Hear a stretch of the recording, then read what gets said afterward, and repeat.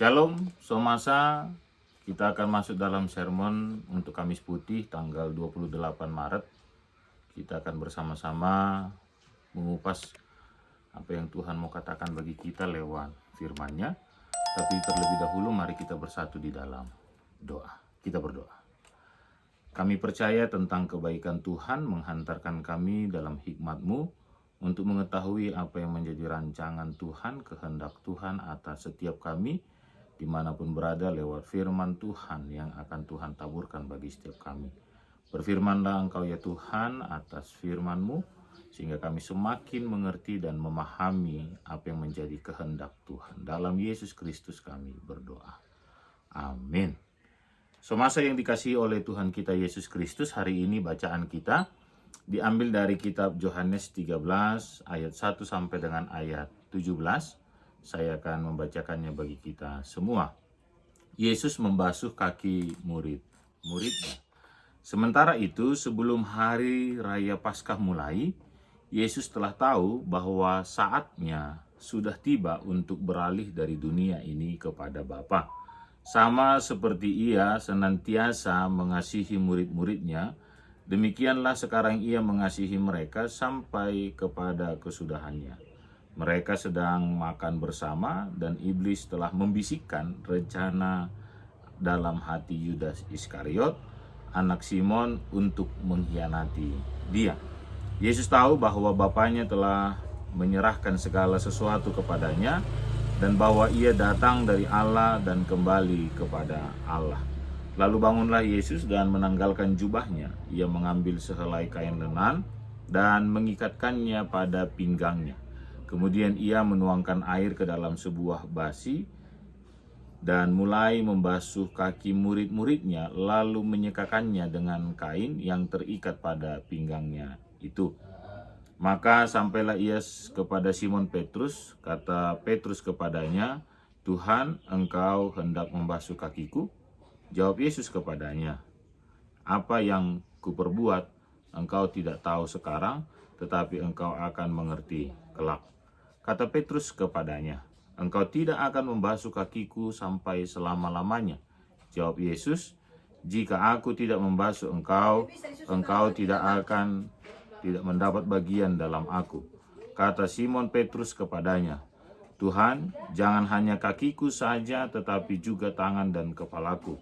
Kata Yesus kepadanya, "Barang siapa telah mandi, ia tidak usah membasuh diri lagi, selain membasuh kakinya, karena ia sudah bersih seluruhnya. Juga kamu sudah bersih, hanya tidak semua. Sebab ia tahu siapa yang akan menyerahkan dia. Karena itu ia berkata, tidak semua kamu bersih." Sesudah ia membasuh kaki mereka, ia mengenakan pakaiannya dan kembali ke tempatnya, lalu berkata kepada mereka, "Mengertikah kamu apa yang telah kuperbuat kepadamu? Kamu menyebut aku guru dan Tuhan, dan katamu itu tepat, sebab memang akulah guru dan Tuhan. Jadi, jikalau aku membasuh kakimu, aku yang adalah Tuhan dan gurumu, maka kamu pun wajib saling membasuh kakimu.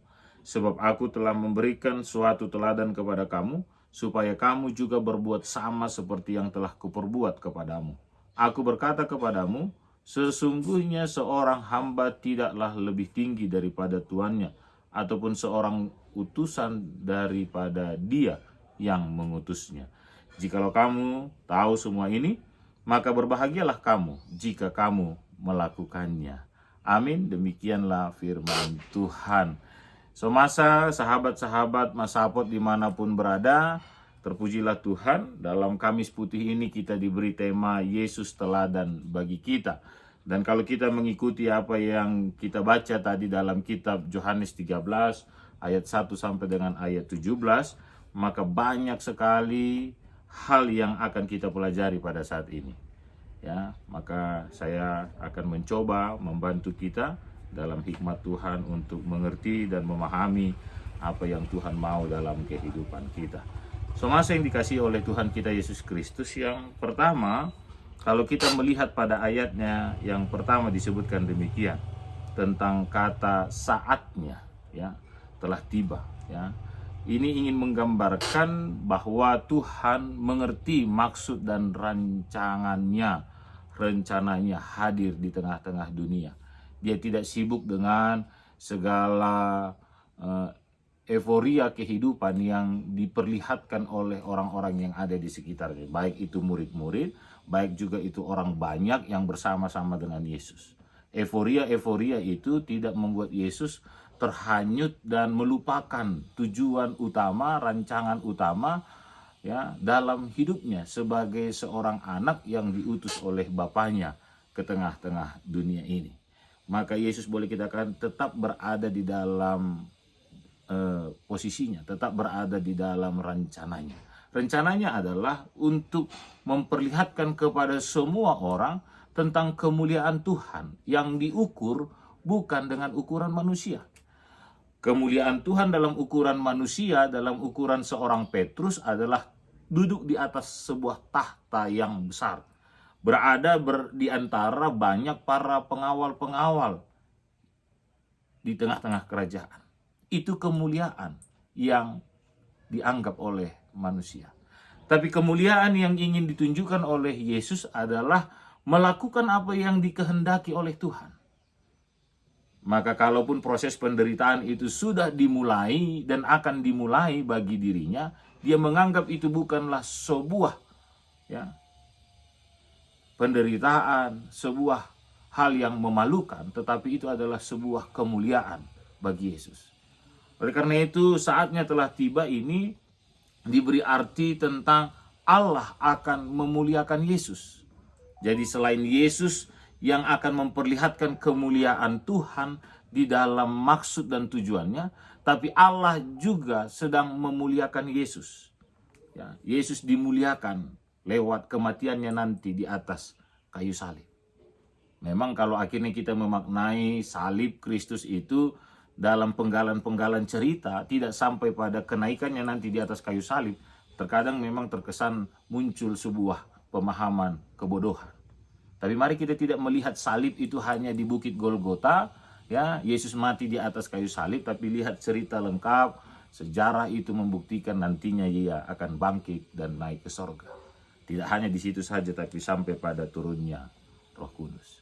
Oleh karena itu, sahabat, sobat-sobat Masapot dimanapun berada, sekali lagi yang pertama yang boleh kita pelajari tentang saatnya telah tiba ini, ingin menunjukkan Yesus mengerti betul tentang kehadirannya di tengah-tengah dunia. Dan itu adalah kemuliaan bagi Tuhan. Dan dia dipermuliakan oleh Tuhan. Yang kedua, sahabat, sobat-sobat Masapot, maka pada firman Tuhan juga pada ayat 1 disebutkan, saya bacakan saja supaya kita tidak mengambang dalam memahami isi firman ini, bahwa saatnya sudah tiba untuk beralih dari dunia ini kepada Bapa, sama seperti Ia senantiasa mengasihi murid-muridnya, demikianlah sekarang Ia mengasihi mereka sampai kepada kesudahannya. Jadi momen ini bukan ingin mengatakan bahwa Yesus akan meninggalkan para murid, tidak. Bahwa Yesus akan lari daripada masalah berat yang sedang dihadapi, tidak. Tetapi ini bukti bahwa dari kekal sampai kekal, ya, Alfa dan Omega, bukti sampai pada kesudahannya. Jadi ayat 1 ini selain dia memperlihatkan tentang rancangan Tuhan baginya, maka yang kedua adalah Tuhan Yesus itu ingin mengatakan bahwa tidak hanya dalam sementara waktu saja dia hadir bagi murid-muridnya, bagi banyak orang, dan bagi dunia ini. Tidak. Tetapi dari kekal sampai pada kekal. Sampai pada kesudahannya. Sampai seluruh kehidupan kita ini ada di dalam kehendak Tuhan itu sendiri. Maka sampai pada kesudahannya, kalau kita melihat dalam bahasa aslinya yang diterjemahkan juga dengan kata to the end, sampai akhirnya, itu menunjukkan sebuah hal yang mutlak, hal yang penuh. Jadi kalau saya sendiri sering mengatakan kepada jemaat Tuhan yang saya layani, bahwa Tuhan itu menjadi Tuhan yang penuh di dalam kehidupan kita. Kepenuhan Tuhan itu yang memenuhi kehidupan kita. Maka yang pertama, yang kedua ini saya mau katakan, kepenuhan Tuhan itu juga sampai pada kesudahannya. Tidak ada batasannya. Jangan pernah juga somasa membatasi Tuhan di dalam kasih-Nya dan kuasa-Nya bagi somasa. Amin. Penuh dalam kuasa Tuhan, tidak terbatas dan tidak dibatasi oleh waktu dan ruang sepanjang kehidupan kita sampai pada kesudahannya. Hanya saja somasa yang ketiga menarik sekali, dalam kasih Tuhan, kuasa Tuhan yang penuh di dalam kehidupan kita. Yang ketiga, ternyata di sana iblis tetap bekerja. Disebutkan pada ayat yang kedua, kalau iblis berbisik di dalam hati dan pikiran seorang Yudas Iskariot. Jadi mari kita juga jangan berkecil hati kalau memang kita melihat ada banyak bisikan-bisikan iblis, ya, baik lewat siapapun atau lewat apapun, untuk semakin menggerogoti hati dan pikiran kita. Tapi tetaplah waspada. Jadi saat kita taat bukan berarti kita tidak dekat dengan iblis. Saat kita berada bersama dengan Yesus bukan berarti iblis jauh dari hidup kita, tidak. Saat kita dekat sekalipun, bersama Yesus sekalipun, ya, di dalam Yesus sekalipun, maka iblis tetap bekerja. Ayat 2 mengatakan, bayangkan Yesus dan Yudas Iskariot, Petrus dan seluruh murid-muridnya berada di dalam satu ruangan yang sama, dan Yesus sedang berbicara kepada murid-muridnya. Pernahkah sobat Marsahap Sahab Podcast mengalami hal serupa? Pernah pasti. Saat kita berdoa ada bisikan iblis. Ya. Tapi Yesus tidak memperdulikan hal itu. Dia terus berbicara kepada murid-muridnya. Apakah Yesus tahu iblis berbisik kepada Yudas Iskariot? Kalau kita memahami tentang Yesus yang Tuhan yang tahu segala hal, maka Yesus juga tahu hal itu. Tapi memang sedemikianlah dirancang untuk memuliakan Tuhan. Ya, dan Yesus dipermuliakan. Jadi yang ketiga, tetaplah waspada bahwa sebenarnya iblis tetap merongrong kehidupan kita. Sama seperti Yudas Iskariot. Ya. Maka Yudas itu akhirnya terjebak dalam maksud dan kehendak. Ya. Jadi pikiran itu dioperasionalkan menjadi maksud, memiliki sebuah maksud. Pikiran itu dioperasionalkan menjadi sebuah kehendak, sehingga dia menjadi sesuatu yang kuat di dalam kehidupan kita. Maka harus berwaspada. Ya. Maka pikiran dan kehendak Yudas itu menjebak dia, ya, untuk mengkhianati Yesus. Kontras sekali saat Yesus menunjukkan kasih-Nya yang tanpa batas itu kepada murid-muridnya, Yudas terjebak mengasihi Yesus dengan batasan nilai uang yang dia akan dapatkan. Mari kita mengkoreksi diri kita di Kamis Putih ini, sobat Marsahap Podcast. Apakah kita terjebak di dalam hati kita, dalam jati diri kita, dalam pikiran kita, dalam keinginan kita, ya, untuk mengkhianati Yesus. Itu sebagai sebuah refleksi bagi kita. Yang keempat, pembasuhan kaki ini biasanya dilakukan dalam tradisi Yahudi sebelum mereka memasuki ruang perjamuan ataupun ruang kudus. Karena memang lokasi tempat di mana ibadah-ibadah itu dilakukan dalam tradisi Yahudi penuh dengan debu, sehingga kasut kakinya juga harus dibuka dan dibersihkan sebelum mereka masuk ke dalam ruang perjamuan. Tapi yang Yesus lakukan bukan sebelum masuk dalam ruang perjamuan. Dan biasanya dilakukan juga adalah setiap tuan rumah menyediakan seorang budak untuk membersihkan kaki para tamu. Ini tidak, tuan rumah itu sendiri yang melakukan pembasuhan kaki. Wah, luar biasa sekali. Jadi betul sesuai dengan tema kita, Yesus adalah teladan bagi kita. Bahwa dia mau melakukan segala sesuatunya bukan mengandalkan orang lain, bukan juga untuk memerintah orang lain, menunjukkan kuasa dan kehebatannya, tetapi dia mau merendahkan dirinya. Ya, bukan budak lain disuruhnya, tetapi dia melakukan hal yang sama. Tapi dilakukan oleh Yesus itu sendiri. Jadi Yesus itu sendiri yang akan melakukan banyak hal dalam kehidupan kita. Yesus tidak akan suruh orang lain, tidak. Dia tidak akan suruh roh-roh lain, tidak. Tapi Yesus itu sendiri. Ya. Itu yang poin keempat, bagian yang pertama. Jadi Yesus itu sendiri yang melakukannya bagi kita. Poin 4 bagian yang kedua yang mau saya katakan adalah lewat kisah pembasuhan kaki ini, maka dalam ruang perjamuan itu, ya, sebagai seorang tuan rumah, ya, jadi secara utuh sekali lagi Yesus ingin memperlihatkan bahwa bagian dalam kehidupannya tidak ada yang tersembunyi, tidak ada yang ditutup-tutupi, tidak ada juga yang harus segan. Kalau kita masuk ke rumah ada unsur segan, ada merasa tidak layak dan lain sebagainya. Tidak, semua orang diundang oleh Yesus masuk dalam hadiratnya, dan dalam hadiratnya, dalam kuasanya Yesus membersihkan kita, Yesus melayakkan kita. Jadi bukan layak dulu baru masuk. Nah, ini mari kita pahami poin keempat bagian yang kedua. Bukan layak dulu baru kita masuk, tidak, tapi masuklah dan kita akan dilayakkan oleh Tuhan. Amin. Itu kita bagian kita.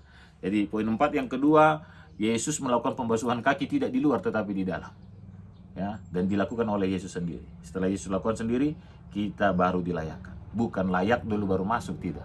Kita kan sering kalau masuk ke pesta kita merasa layak dulu, kita bercermin, wajahku sudah cocok belum, seperti saya tadi sebelum rekaman saya bercermin dulu, saya bersisir dulu sudah layak atau tidak sehingga saya harus masuk dalam rekaman, tidak. Tapi Yesus mau katakan silakan masuk. Dalam ruang perjamuan itu baru Yesus sendiri yang melayakkan kita dalam kebaikan-kebaikan Tuhan. Itu poin keempat yang kedua. Yang kelima, ya, ini yang terakhir. Ya, tindakan Yesus dalam membasuh kaki murid-muridnya adalah tindakan simbolis, ya, yang mau mengatakan dia memiliki kerelaan secara penuh. Jadi tidak ada unsur kepura-puraan, tidak. Euforia tadi tidak membuat Yesus tampil sebagai orang yang berpura-pura bahagia, berpura-pura senang, berpura-pura hebat, tidak. Tetapi di dalam kehebatannya Yesus rela merendahkan dirinya. Demi siapa? Bukan demi Yesus, tetapi demi manusia, demi saya, demi Petrus, demi Yudas sekalipun yang akan mengkhianatinya, dan demi sobat-sobat Marsahap Podcast. Demi siapapun, Yesus rela. Yang kelima, Yesus rela. Ya, dia tidak menikmati semua hal yang hebat tadi. Yang kelima, Yesus rela. Untuk siapa? Untuk sahabat, sobat-sobat Masapot. Oleh karena itu, ya, dari 5 poin ini saya mau katakan 2 hal yang menjadi penuntun dalam Kamis Putih bagi kita semua, dengan tema kita Yesus sebagai teladan kita. Yang pertama adalah mari melihat karya besar daripada Yesus itu sendiri. Tidak perlu melakukan sebuah dialog dalam ketidakmengertian kita. Kalau kita baca dari ayat 1 sampai dengan ayat 17, Petrus membangun dialog di dalam ketidakmengertiannya. Bukan mau mengatakan Petrus menjadi murid yang bebal, tidak. Tapi demikianlah kehadiran kita saat kita tidak memang mengerti dalam karya besar Yesus itu. Maka yang perlu kita lakukan dalam karya besar Yesus itu sebagai teladan kita, mari tunduk, dengarkan, dan lakukan apa yang Yesus mau perbuat di dalam kehidupan kita. Jangan menjadi orang yang sempoyongan, menjadi kebingungan dalam ketidakmengertian kita. Sobat-sobat Masapot, mari kita melihat Yesus dalam karyanya yang besar bagi kita. Sekalipun kita tidak mengerti, tapi saat Yesus katakan itu, lakukan itu bagi kita, maka pastikan itu adalah sebuah kebaikan demi keselamatan bagi kita semua. Jangan perlu berdiskusi, berdialog dengan pikiran kita, apalagi berdiskusi dan berdialog dengan iblis yang akan menjerat kita. Amin. Itu hal pertama dalam kesimpulan ini, dalam cerita besar ini. Poin yang kedua yang saya mau katakan adalah Yesus sebagai teladan adalah benar karena Yesus itu adalah Tuhan. Jadi jangan membuat teladan yang salah. Jangan membuat contoh yang salah, ya. Jangan juga hanya karena melihat pendeta Rolandi maka dia merasa dia senang, bangga dan meneladani pendeta Rolandi, dan pendeta Rolandi ini hanya manusia yang terbatas. Suatu saat apakah dia terjebak di dalam keterbatasannya maka kita menjadi manusia yang murtad? Oh jangan. Oleh karena itu yang kita teladani hanyalah Yesus, karena hanya Yesuslah yang sempurna. Dalam kesempurnaannya kita melihat segala kebaikannya. Dalam kesempurnaannya kita melihat kemahakuasaannya. Dalam kesempurnaannya kita melihat jalan-jalan yang terbaik yang Tuhan siapkan bagi kita. Kalau meneladani manusia, meneladani saya, atau meneladani tokoh-tokoh politik, atau meneladani tokoh-tokoh gereja, mungkin saja suatu saat dia terpleset dalam keterbatasannya karena dia adalah manusia. Dan kita menjadi orang yang murtad. Oh jangan.